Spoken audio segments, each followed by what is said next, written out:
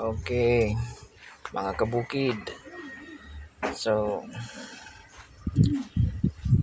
okay, sa umagang ito, araw ng Martes. So, yung gagawin ko, maghahalo ako ng soil media. So, itong soil media, so compost to ng tatlong uri. So, may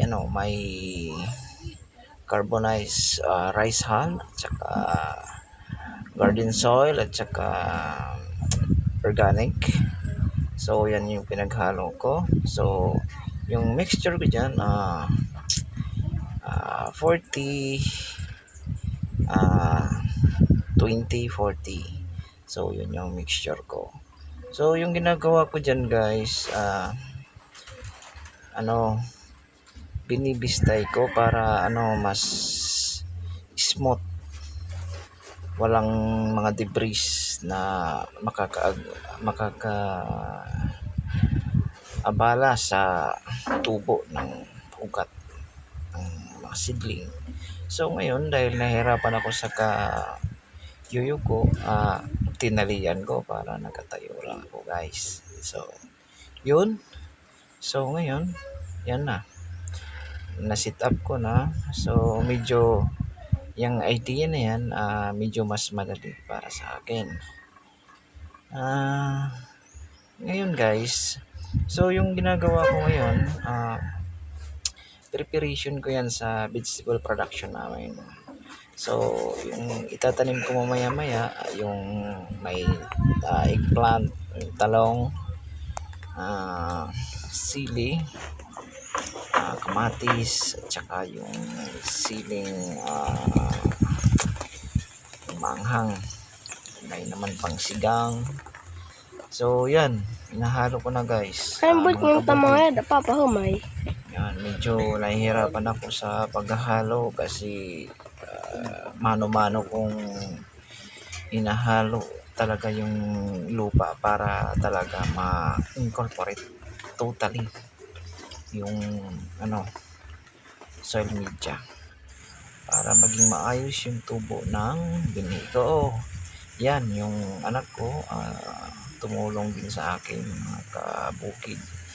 So tinuruan ko siya kung paano maglagay ng soil media sa seedling tree. So yun,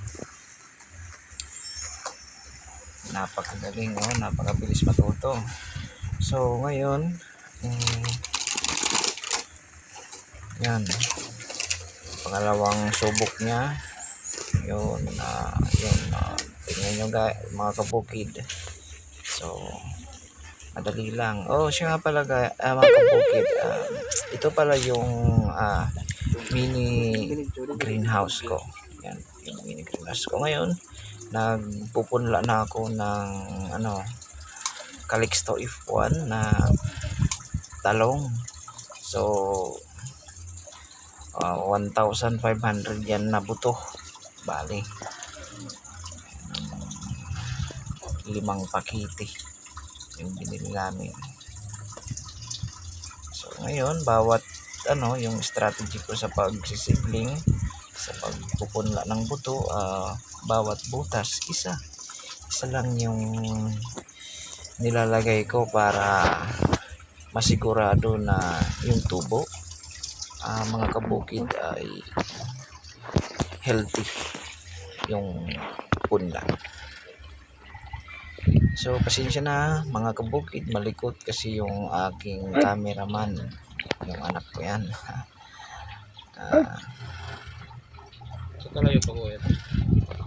Okay.